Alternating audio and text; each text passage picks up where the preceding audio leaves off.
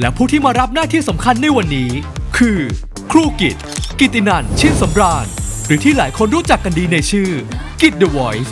ศิลปินและนักร้องผู้มีเสียงเป็นเอกลักษณ์พร้อมประสบการณ์มากมายและยังเป็น Vocal Coach ที่ช่วยขัดเกลานักร้องชื่อดังมาหลากหลายและอีกหนึ่งนักร้องชายคุณภาพที่มีจุดเด่นคือพลังเสียงที่ทรงพลังคุณสงกรานต์ รังสรรค์ ปัญญาเรือนสวัสดีครับผมกำลังสั่งครับวันนี้พาคุณครูตัวจริงมาเจอกับน้องๆครับเรียกว่าเป็นสปอร์ตครูกิตตินันท์ครับสวัสดีครับผมครูกิตนะครับกิตตินันท์นะครับผมก็วันนี้ก็มาช่วยสอนร้องเพลงนะครับให้กับน้องๆครับวันนี้สิ่งที่มาแชร์กับน้องๆนะครับผมก็เป็นไอเดียเรื่องการสื่อสารกับเสียงเพลงเป็นการที่ทำให้เขามองเห็นว่าเวลาถ้าเราจะร้องเพลงหนึ่งเนี่ยเรามีวิธีการยังไงในการที่เราจะสื่อสารเพลงนั้นออกมาความรู้สึกมันคืออะไรเรื่องราวมันคืออะไรโดยที่เราสตั๊ดดี้มันผ่านเนื้อเพลงเขาให้เพลงมาใช่ไหมครับแล้วก็ให้อ่านเนื้อเพลงแล้วก็เขาก็จะบอกว่าแบบให้อธิบายมาว่าในเนื้อเพลงอ่ะเขาพยายามที่จะเล่าเรื่องอะไรแบบตัวละครนั้นมันพยายามจะสื่ออะไรอารมณ์มันประมาณไหนครับประมาณนี้เทคนิคการออกเสียงร้องยังไงให้มันเหมือนไม่อู้อยู่ในคอลำคออะไรอย่างเงี้ยวันนี้สิ่งที่เดี๋ยวอยากจะให้ทำด้วยกันก็คือว่าไม่อยากจะให้รู้สึกว่าโฟกัสแค่เพลงตัวเองอยากจะให้ลองดูไปเพลงเพื่อนๆไปด้วยนะครับเพราะว่าจริงๆแล้วไอเดียพวกนี้ที่กำลังจะบอกวันนี้ถ้าเราได้ดูหลายๆเพลงเนี่ยมันจะเหมือนได้เก็บหลายๆไอเดียไปใช้ว่าเอ้ยถ้ามันเป็นเพลงของเรามันจะเป็นยังไงแล้วถ้าในอนาคตเราต้องเอาไอเดียพวกนี้ไปใช้เราจะหยิบอะไรไปได้บ้างพอเนื้อเพลงพอเราตีความเสร็จปุ๊บเนี่ยไอตัวดนตรีที่เขาเขียนมาเนี่ยให้อะไรซึ่งโชคดีมากว่าเป็นการทำงานร่วมกับสงกรานต์ซึ่งสงกรานต์เองเนี่ยนอกจากเป็นนักร้องแล้วสงกรานต์ก็ยังเป็นโปรดิวเซอร์ซึ่งทำเพลงด้วยเพราะฉะนั้นน้องก็จะได้เห็นอินไซต์ของว่ากว่าเพลงนี้มันจะเกิดขึ้นมาเนี่ยมันผ่านกระบวนการคิดอะไรซึ่ง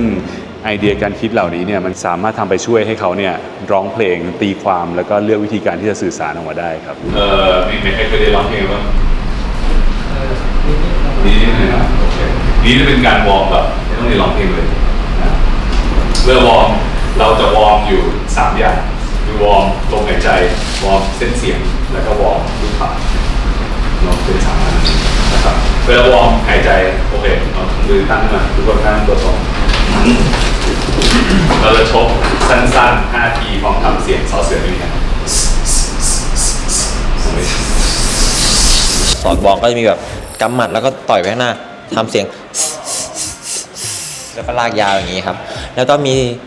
แบบหัดวอร์มคอเสียงสูงไปเสียงต่ำครับผมเวลาที่เราร้องเพลงโน้ตมันจะเป็นโน้ตสั้นและโน้ตยาวนั่นหมายความว่าเราจะต้องให้เราร่างกายของเราคุ้นชินในการควบคุมลมที่เราสามารถร้อง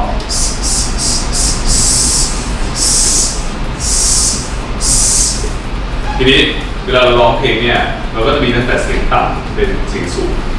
ลองว่าเส้นเสียงมันจะทำงานคือเสียงต่ำมันก็จะแบบไม่ยืดมากเพราะเสียงสูงมันต้องยืดมากแบบเพิ่งตื่นเช้ามาเนี่ยอยากทำสิ่งที่ทำ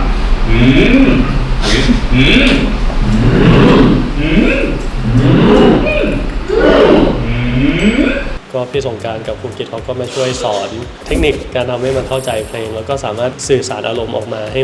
มันถูกตามเนื้อเพลงได้อะไรเงี้ยต้องเล่าว่าเคยมีโอกาสได้แต่งเพลงกับพี่สงอยู่บ้าง 2-3 เพลงจริงๆเราจะเริ่มกันว่าไอเดียเราอยากเล่าเรื่องอะไรพอไอเดียเราอยากเล่าเรื่องอะไรปุ๊บสิ่งที่สงทำอันแรกคือเขาจะเกาเล่นที่กีตาร์ก่อนเขาจะรู้สึกก่อนว่าไอความรู้สึกที่มันมีเนี่ยคอร์ดแม่งควรจะไปทางไหนวะคอร์ดมันคือเสียงประสานสำหรับพี่คอร์ดมันคือสีของเพลงมันคือสีที่มันสร้างอารมณ์ของเพลงเพราะฉะนั้นเราจะเริ่มจากไหนก่อนเราจะเริ่มจากการสร้างสีรวมๆของมันก่อนแล้วเราค่อยสร้างลายจังหวะที่มันเป็นเมโลดี้นึกออกป่ะทับลงไปกับเนื้อเพลงที่ตรงกับเรื่องที่เราอยากเล่าเพราะฉะนั้นวันนี้เดี๋ยวเราจะลองมาดูกันว่าเราจะเก็บไอเดียพวกนี้กลับไปใช้ได้ยังไงนะครับจริงๆคิดว่าเป็นโจทย์ที่ยากมากเพราะว่าน้องๆหลายๆคน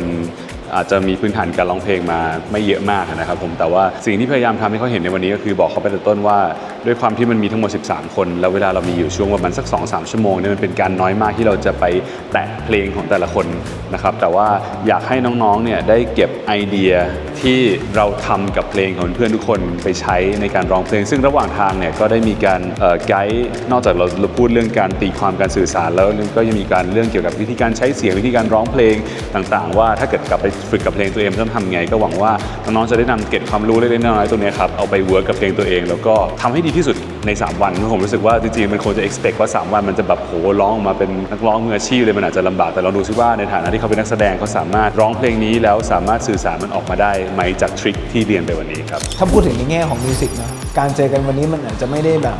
ตอบโจทย์ทั้งหมดแบบที่น้องต้องการหรือมันอาจจะไม่ได้แบบพลิกฝ่ามือทำให้คนหนึ่งคนแบบสามารถแบบจากคนที่ไม่เคยทำสิ่งนี้มาก่อนแล้วแบบอยู่ๆก็ทำเป็นเลยอะไรอย่างเงี้ยแต่เราคาดหวังว่า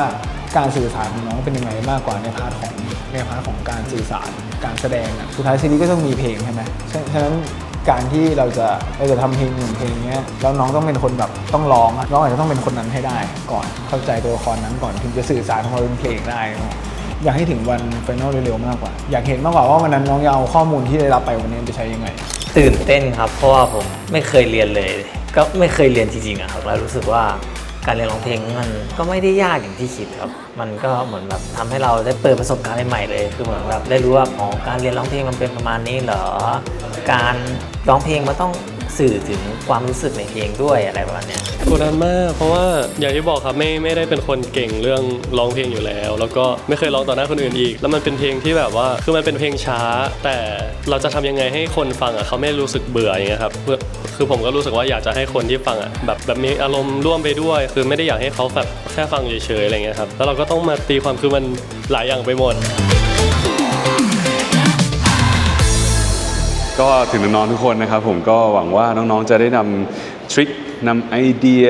นำอารมณ์ต่างๆวิธีการออกเสียงต่างๆนะครับผมไปใช้ในการหัดเพลงนี้แล้วก็ร้องเพลงนี้แล้วก็สื่อสารออกมาในรูปแบบที่น้องๆเป็นนักแสดงที่ดีที่เราจะต้องสามารถส่งความรู้สึกออกมาให้คนฟังได้ปกติเราแสดงใช่ไหมแล้วก็จะacting ออกมาใส่กล้องแต่ว่านี่เป็นเรื่องการร้องเพลงก็หวังว่าน้องๆจะได้นำเทคนิคการสื่อสารพวกนี้ครับมา capture อารมณ์ capture ความรู้สึกให้มันออกเป็นเสียงร้องให้มันออกเป็นวิธีการร้องให้ผู้ฟังรู้สึกได้มากที่สุดครับ